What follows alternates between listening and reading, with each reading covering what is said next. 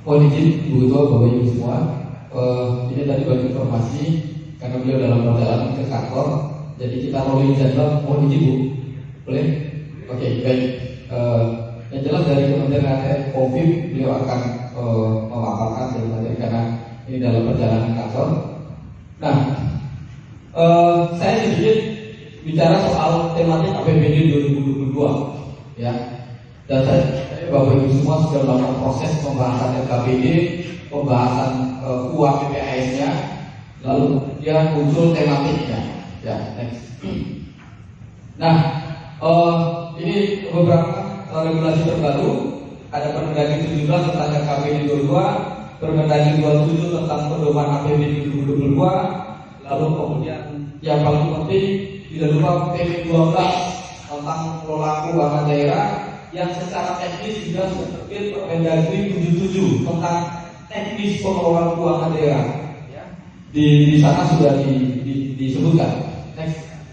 Nah, jadi pada prinsipnya adalah Bapak Ibu semua,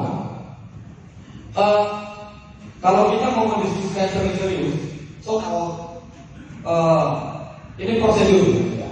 Kadang-kadang ketika eksekutif itu menyampaikan dokumen KUA dan PPAS, ya, antara KUA-nya dan lampiran pada PPAS-nya ini berbeda, ya. Saya nggak tahu sejauh mana teman-teman Bapak Ibu semua mau mencermati itu. Coba kalau ada dokumen KUA, kebijakan umum anggaran, apakah itu perubahan, apakah yang kemudian di 2022?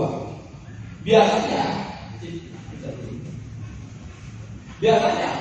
di KUA itu yang menceritakan substansi narasi yang data soal apa sih persoalan yang hadapi oleh daerah itu, ya, itu di KUA-nya.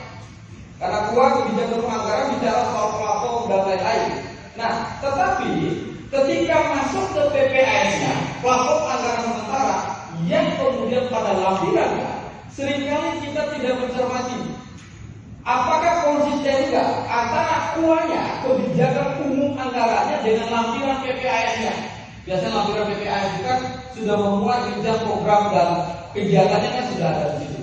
Nah, ini seringkali ketika perdebatan pada saat teman-teman dewan khususnya bicara soal pokir akhirnya terjebak ngomong soal angkanya, soal kegiatannya, soal tempatnya, tetapi lupa pada narasi KUA-nya. Padahal kalau membongkar pertama itu harusnya bongkar di KUA-nya.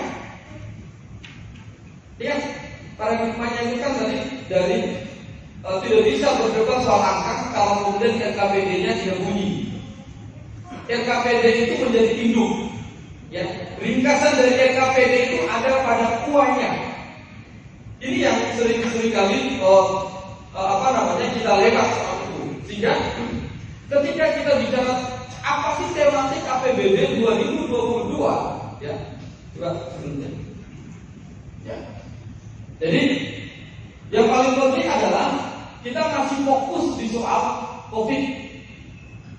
Nah, kalau soal COVID ada dua sektor besar isunya. Yang pertama, domain soal penanganan kesehatannya. Maka apa yang bisa dilihat di pembahasan KUA dan PPAS APBD 2022, DAU kita langsung dipotong di pusat, ya. Jadi dampak yang bisa dilihat secara langsung adalah ketika di KUA PPAS bicara soal penanganan COVID, ya, yang dalam kurungnya adalah bidang kesehatan, maka bisa dibaca pada kebijakan DAU kita dipotong. Untuk apa? Untuk menangani bidang kesehatannya. Judul berapa persen pengurangannya DAU? Kan harusnya sudah masuk dipublikasikan di dalam PMK nomor saya lupa namanya, tentang transfer keuangan daerah dan desa. Itu kan sudah muncul. DAU itu berapa persen? Maksimal itu sekarang ada yang sampai 20% DAU dipotong. Untuk apa yang dipotong? DAU dipotong untuk membiayai proses vaksinasi. Apa evaluasi BPK-nya? Evaluasi kenapa dipotong di pusat? Karena dulu waktu awal-awal COVID, ketika DPRD bersepakat untuk memindahkan pos APBD akibat revolusi menjadi pos BTP, ya, belanja tak terduga. Kewenangannya mutlak ada pada kepala daerah. Lalu kemudian DPRD tidak punya kewenangan lagi pemanfaatan BTP tadi itu karena dasarnya cukup pakai pergub, kan itu logiknya. Maka hasil evaluasi BPK saat itu potensi malpraktek anggaran, malpraktek perencanaan dan malpraktek anggaran terhadap BTP itu semakin besar. Lalu dirubah melalui Permendagri 77 tentang teknis pengelolaan keuangan daerahnya. Di dalam Permendagri itu apa? Boleh BTP tetap ada, tetapi konsepnya itu tidak lagi tersentral di bidang kesra. Kalau dulu kan di bidang kesra semua itu, ya, karena temuan BPK terakhir kita diskusi. Jadi harusnya untuk bidang kesehatan, lalu kemudian hibah bansos dan lain-lain untuk yang terdampak secara langsung. Yang pertama namanya bansos secara langsung, tetapi kemudian ada yang dimanipulasikan, ada yang malpraktek, misalnya begitu. Oh, ada yang lagi untuk kepentingan konstituennya, itu sehingga dievaluasi. Nah, salah satu evaluasi, hasil evaluasi yang sangat dirasakan yaitu bahwa dalam rangka vaksinasi, ya, penanganan mitigasi bencana COVID itu langsung dipotong di pusat. Jadi kebijakan melakukan vaksinasi dan vaksinator itu sekarang ditangani oleh TNI dan Polri. Itu skemanya. Kenapa kemudian DAU itu dipotong? Jadi dari APBN nanti langsung distorkan, dialihkan ke TNI dan Polri karena mereka lah sebagai bagian dari untuk melakukan proses vaksinasi tadi itu. Next. Nah, ini lanjut aja, nanti kita lihat. Lanjut. Nah, ini tema RKP 2022. Ya. Pemulihan ekonomi dan reformasi struktural. Tema ini menjadi rujukan bagi pemerintah daerah dalam rangka menyusun RKPD tahun 2022. Maka kalau mau lihat adalah ketika pada pembahasan RKPD 2022, tematik yang berkaitan dengan pemulihan ekonomi, apa saja program-program strategis yang dirancang oleh pemerintah daerah di dalam RKPD-nya.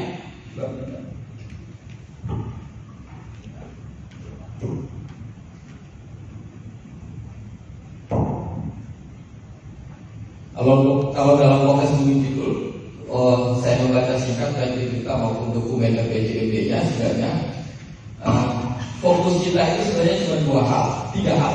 Kalau mau tarik ke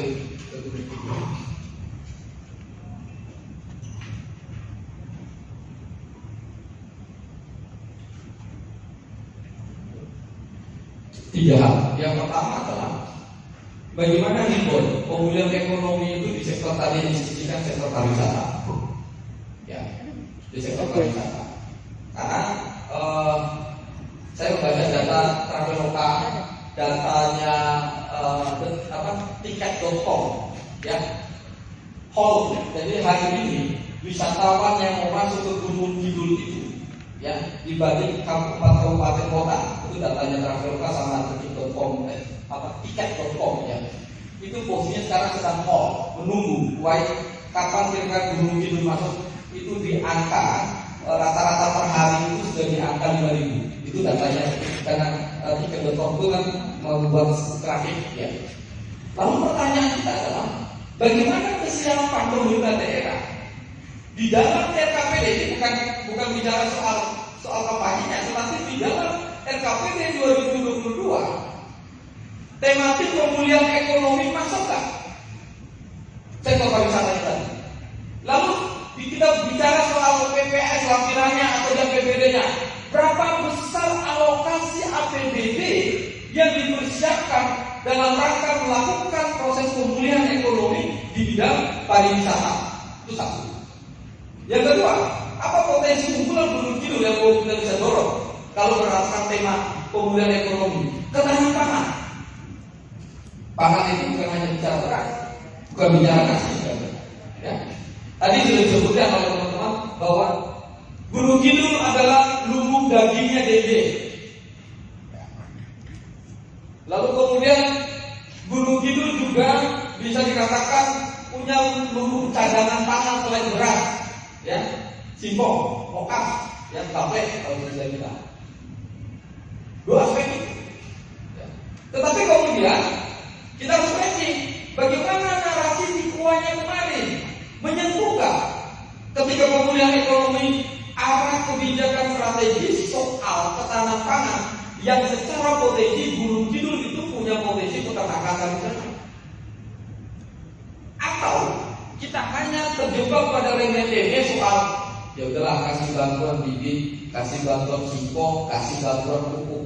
Skema bantuan itu skema sinterklas sebenarnya, memaksa masyarakat ke tangan bawah. Tapi maksudnya adalah skema yang terukur, terencana, yang kemudian ketika nanti memasuki 2023 kita bisa mengatakan, oh, program ketahanan pangan, pemulihan ekonomi yang sektornya adalah menjadikan Gunung Kidul sebagai lumbung ternak harus kita intervensi lagi APBD-nya.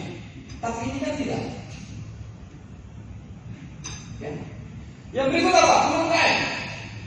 Gunung Kidul itu penghasil salah satu pusat inkubator. Terus baca data saya dari BPS. Gunung Kidul adalah masyarakat yang punya semangat kewirausahaan yang sangat tinggi.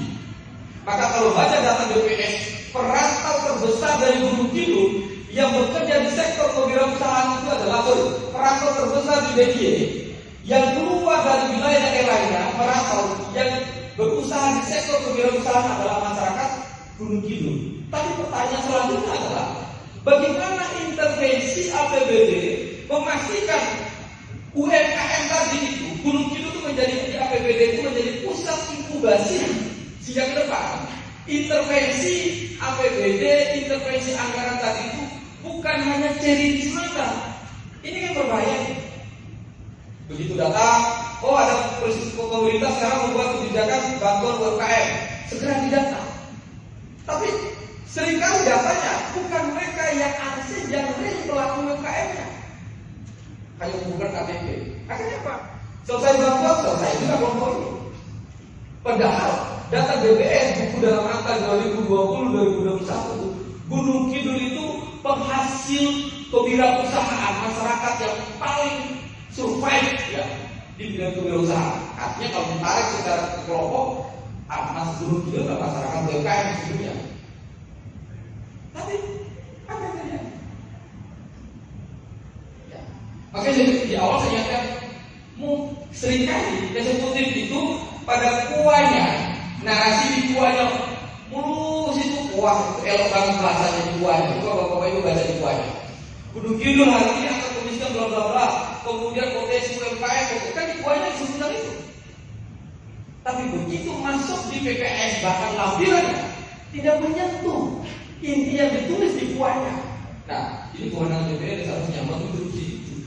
Soal apa? Konsistensi dokumen kuahnya dengan PPS-nya. Itu hal mendasar sebenarnya. Kalau kita mau mengoreksi itu. Nah, ada 3 sektor itu. Jadi tidak perlu muluk-muluk sebenarnya, karena kita bicara soal pemulihan ekonomi. 2022 itu Presiden pemerintah pusat itu sebenarnya sudah tidak mengatakan secara daring ya, sebenarnya begini. Udah COVID gue, tapi COVID itu gue. Tetapi yang paling penting dia katakan, ayo bangkit, urusan prokes tetap jalan, tetapi kemudian jangan sampai menegasikan soal ekonominya. Maka disinilah yang disebutkan dengan pemulihan ekonomi. Yang kedua, apa makna reformasi struktural? Coba Bapak Ibu semua bandingkan di dalam dokumen APBD-nya, rancangan APBD yang hari ini mau diajukan, mau ditetapkan penetapan 2022 Oktober. Ya.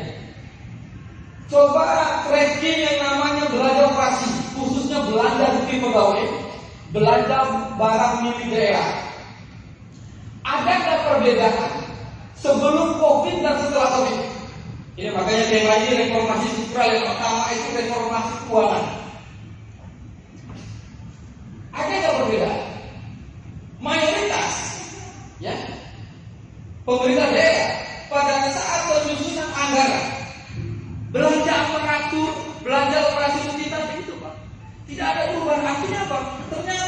yang birokrasi ini tidak punya sense of crisis, tidak punya kepekaan.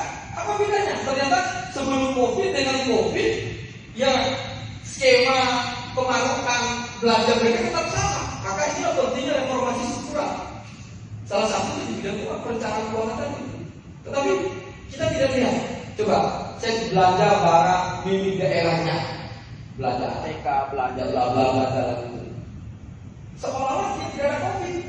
Nah, perangai perencanaan seperti ini dan kemudian kita sering sebut sebagai kemudian ini titik temu soal reformasi struktural. Jadi kalau saya gambarkan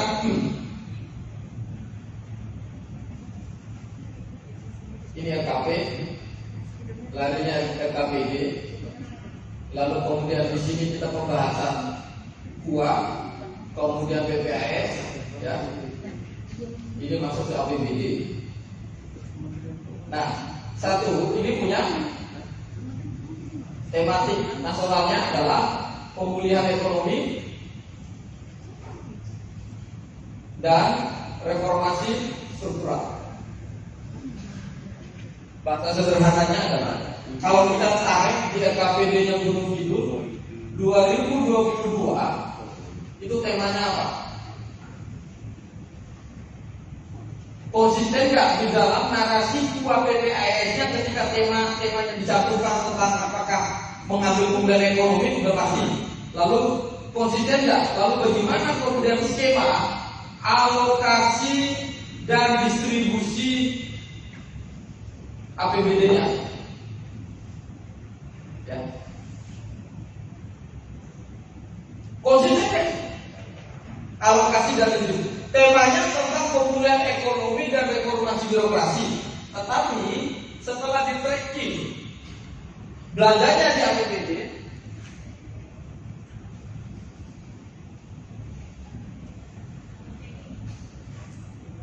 coba dibuka Permendagri, lampiran Permendagri ada di situ. Permendagri 27 di lampiran. Saya buka kita. Kita bikin aja katakanlah ini sebelum COVID, lalu kemudian yang ini setelah COVID. Cek aja pada nomenklatur belanja operasi. Yang namanya belanja pegawai,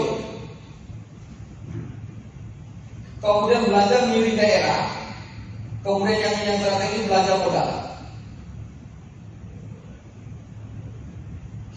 Ya, ini seringkali tidak mengalami perubahan. Nah, mohon maaf, teman-teman dewan seringkali tidak mengkuliti di sini. Teman-teman dewan lebih cenderung mengkuliti pada jatah poki dan resesku sudah di mana. Mereka lupa di sini, Pak. Kita di DPRD pusing bagaimana mensiasati Perpres 33. Jangan kira teman-teman di eksekutif itu enjoy dengan Perpres 33. Contoh, ini contoh. Bikin kegiatan, DPRD jadi narasumbernya. Panitia eksekutif berapa orang? Berapa orang? Kan lebih banyak panitianya, honor panitianya, tetapi kita lupa. Kenapa kemudian kita tidak membuat itu? DPRD hadir narasumber 2 jam, biayanya orang dengan jam katakanlah 750 duduk di situ. Tapi panitia yang memastikan penjaringan hadir sebagai narasumber itu ada 10 orang. Baiklah. Apa tidak cukup APBD-nya? Lalu kita berteriak KKD kita rendah, lalu kemudian kemampuan keuangan, tapi belanja. Teman-teman birokrat, kita tidak politik. Dari mana caranya? Kita cek dulu. Bapak Ibu semua, ini bukti sepele. Menelaah meneliti dokumen kuahnya. Kenapa? Ketika nanti dikoreksi loh. Bapak-bapak kan sudah baca kuahnya dan mengamini kuahnya kan namanya kebijakan umum anggaran. Sudah menyetujui di PPAS-nya. Pak, jangan salah. Jadi begitu ini masuk di pembahasan APBD, baik itu perubahan ya maupun yang di APBD pertama murninya, biasanya cara menggeser. Nah, karena saya akan dampingi beberapa kabupaten jadi cara menggeser itu tidak terasa.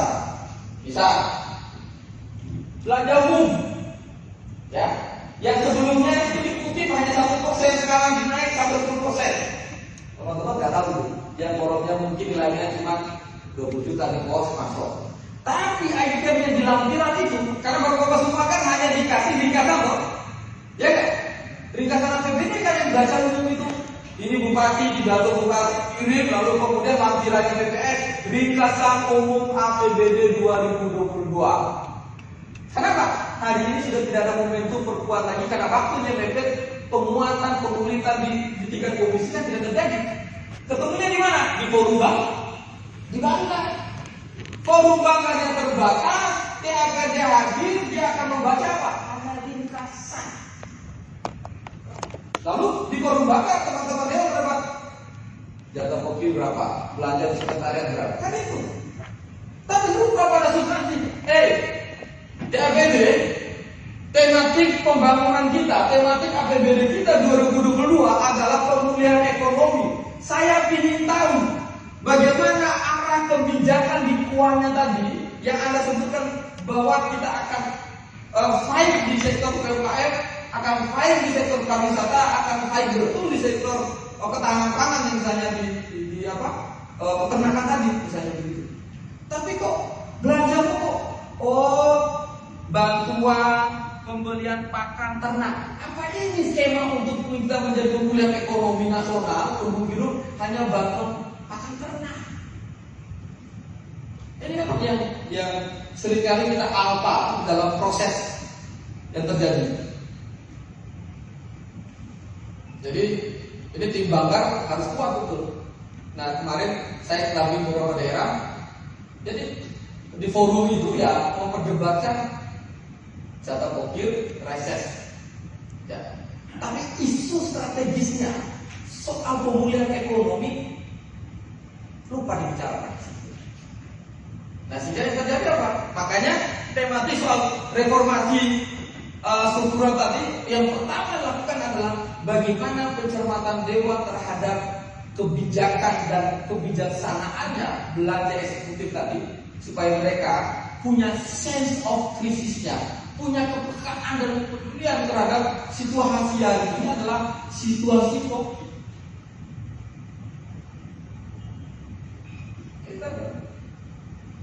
Ya saya baca data mengenai aja sih, tracking lampirannya. Saya tidak kalau ada data yang komplit sampai uraian berdasarkan nomenklatur PP 050 indikator dan lain-lain, baru kita akan tracking.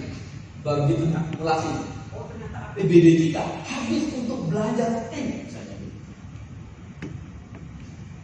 Ya kan apa? Isu soal kemiskinan, isu soal hari ini kan BMKG sudah merilis potensi kekeringan di Gunung Kidul itu kan di 2000 tahun ini kan naik ya potensi kekeringan, kemudian bencana susulan itu akan ada. Nah pertanyaan selanjutnya, adakah di APBD itu sense of itu, kepekaan terhadap itu, alokasi itu?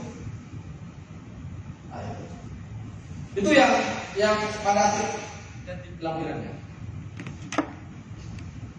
Lampiran APBD pos. Sekarang kan sudah tidak ada lagi belanja langsung dan tidak langsung. Sekarang kan belanja operasi, struktur APBD. Pendapatan, belanja, dana transfer, struktur APBD. Karena yang hari ini kita bisa lihat dari data ekspor kita, data pertanian kita, yang tidak terdampak secara langsung, secara ekonomi akibat daerah atau kabupaten penyumbang masyarakat yang punya jiwa kewirausahaan terbesar CBD. Kalau Progo di Bekasi, ya, kemudian Sleman, sebaiknya rata-rata para perantau terbesar yang keluar dari Gunung Kidul, ya, yang bekerja di sektor UMKM adalah masyarakat Gunung Kidul. Nah, saya belum menemukan di dalam kebijakan umum rencana strategisnya daerah Gunung Kidul itu kelompok-kelompok ini masuk menjadi satu pusat inkubasi untuk kebangkitan ekonomi sebagai Gunung Kidul, sebagai kota UMKM sebagai.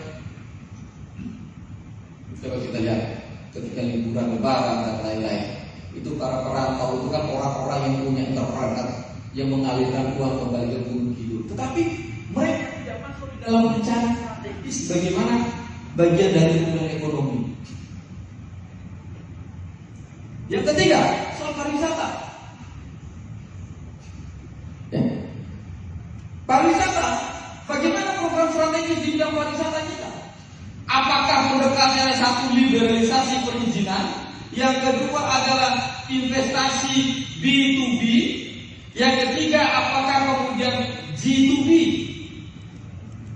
Ini kan tidak pernah ada diskusi yang mendalam soal itu.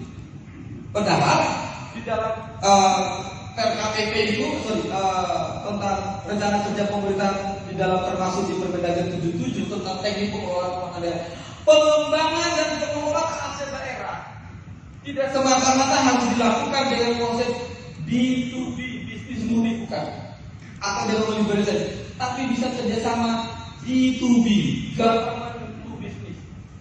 Apa instrumennya? Daerah kan sudah boleh. Dia bisa bikin, yang paling kecil itu kan UPT, yang kedua itu adalah Prusda, kan di bawah ibunya BUMD dengan skema KPBD. Jadi saya mengatakan begini Bapak semua, kalau mau mengembangkan pariwisata destinasi yang besar di Gunung Kidul dengan hanya cara meliberalisasi perizinan, maka innalillahi wa inna ilaihi raji'un. Iya. Lalu bagaimana? Pemerintah yang sebagai regulator, pemerintah sebagai protektor yang memproteksi aset dan potensi tadi itu, kan undang-undang cipta kerja kan diundangkan bahwa betul daerah boleh kok berbisnis sekarang, tapi bisnis itu jangan pola dengan bisnis PDAM. Ya. PDAM itu kan kenapa dia memang harus rugi? PDAM itu nggak boleh untung memang. Kenapa? Dia barang publik yang memberikan layanan publik. Saya boleh loh. Dia memang harus rugi karena tugasnya dia melayani, gitu kan? Tapi kalau perusahaan-perusahaan lain, makanya daerah itu boleh bikin aja Pusda kerjasama, apakah kemudian dengan Jatim Park, dengan Jateng Park, dengan mana investor manapun. Tapi konsepnya adalah B2G, business to government. Bukan dengan yang terjadi hari ini itu kan liberalisasi perizinan, ya bisnis to bisnis itu. Para bisnis cukup makulatnya berbisnis investasi tanpa ada hubungan keterlibatan peran pemerintah. Pemerintah akhirnya apa? Hanya berharap berapa besar take home pay dari pajak dan retribusi itu toh. Lalu kemudian tadi seperti sampaikan Bu Eri, kita berdebat skema awalnya sudah liberalisasi perizinan B2B, lalu kita mau ngomel, tenaga kerja lokal tuh bagaimana nggak masuk itu, karena pemerintah sudah nggak punya kewenangan itu. Tetapi kalau dengan skema government to business, skema yang tidak di dalam undang-undang cipta kerja, undang-undang perizinan membolehkan. Ya. Bahkan ketika bicara soal penyertaan modal,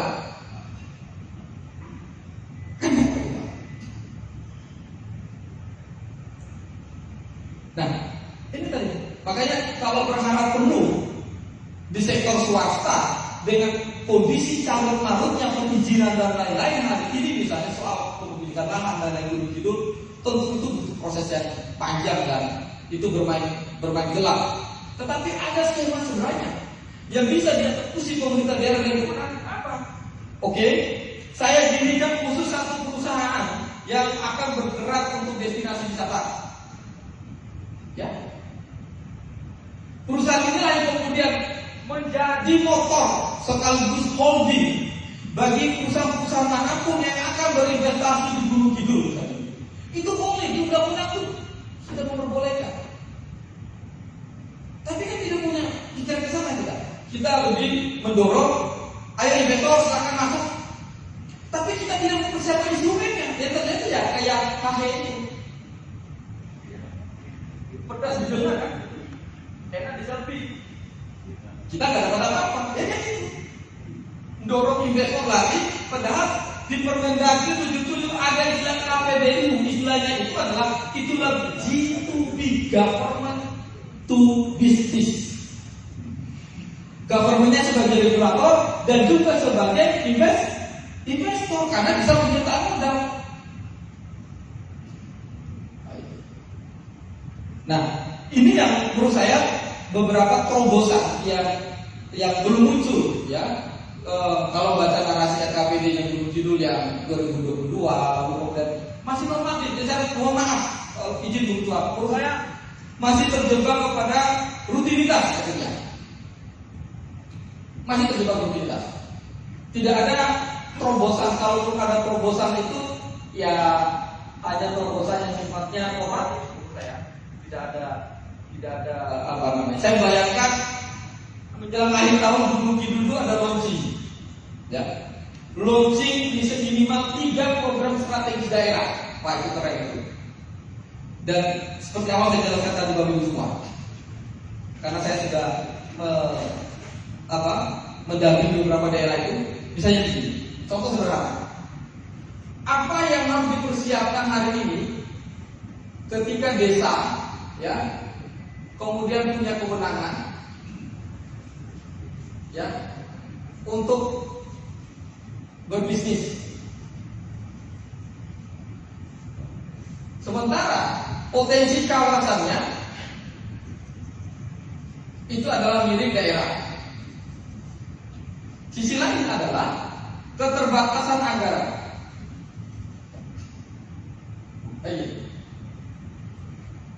Desa oleh undang-undang desa punya kewenangan membangun desa, dan desa boleh berbisnis. Instrumennya jelas.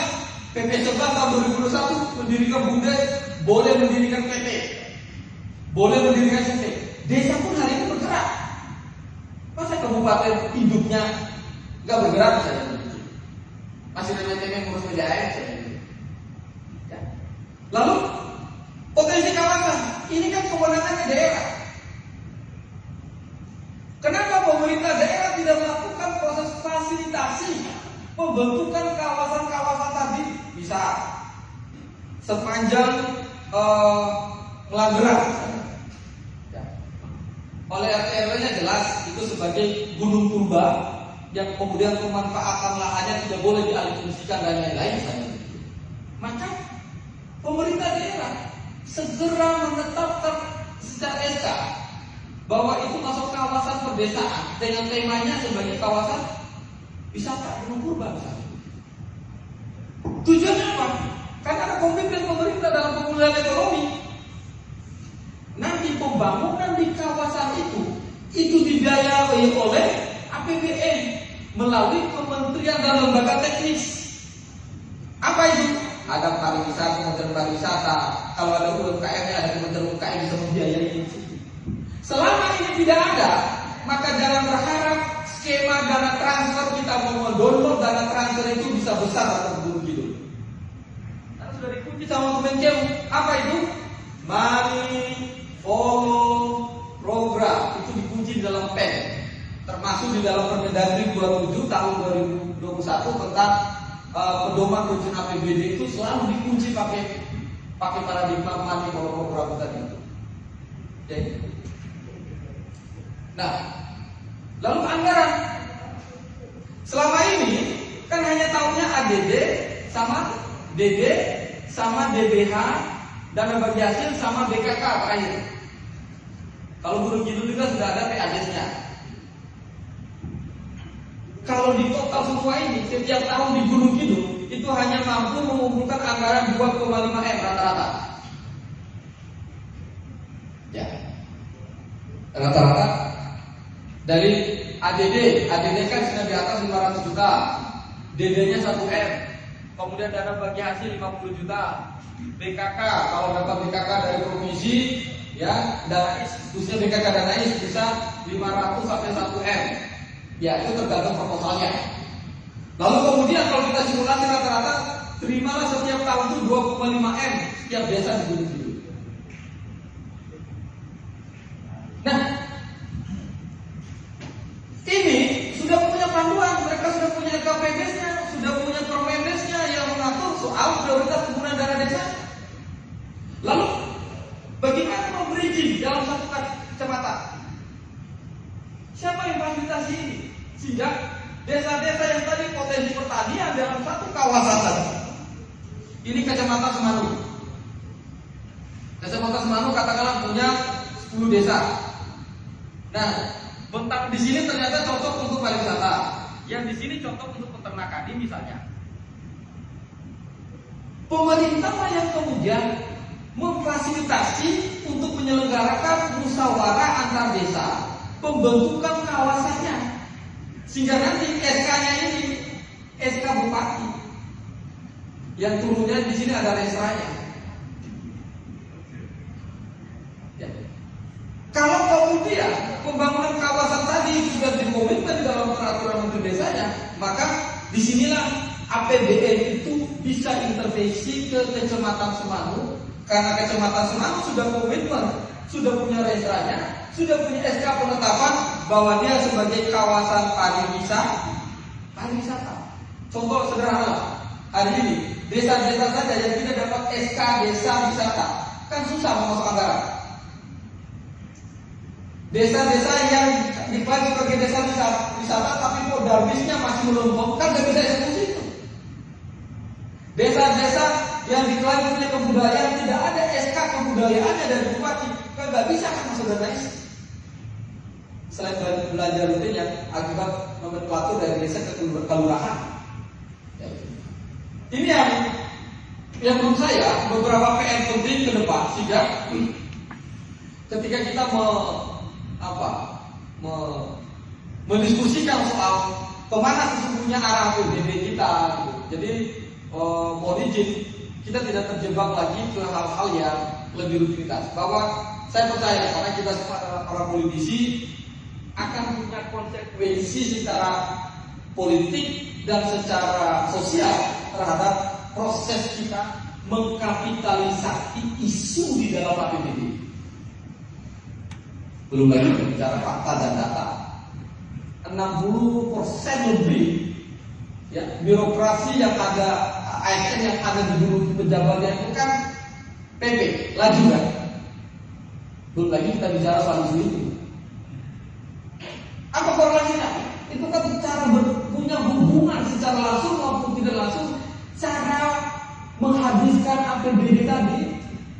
Oh, kok aku udah mikir abot-abot soal ini.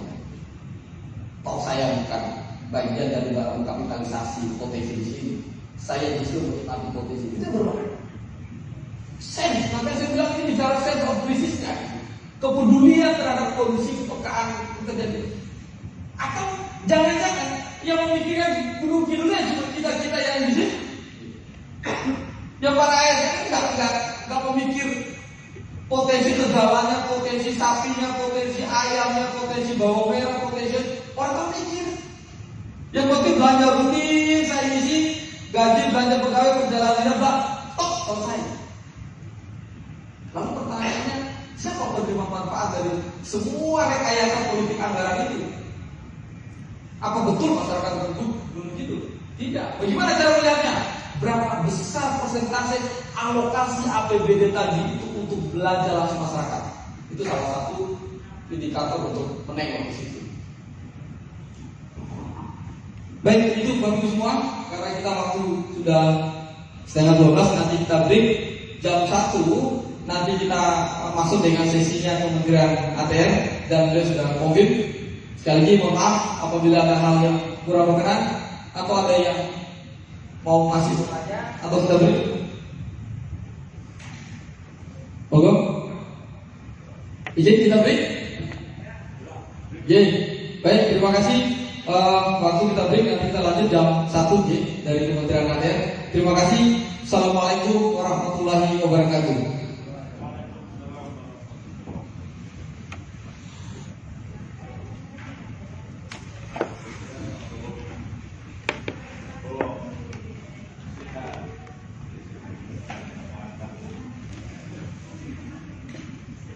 Ini batin.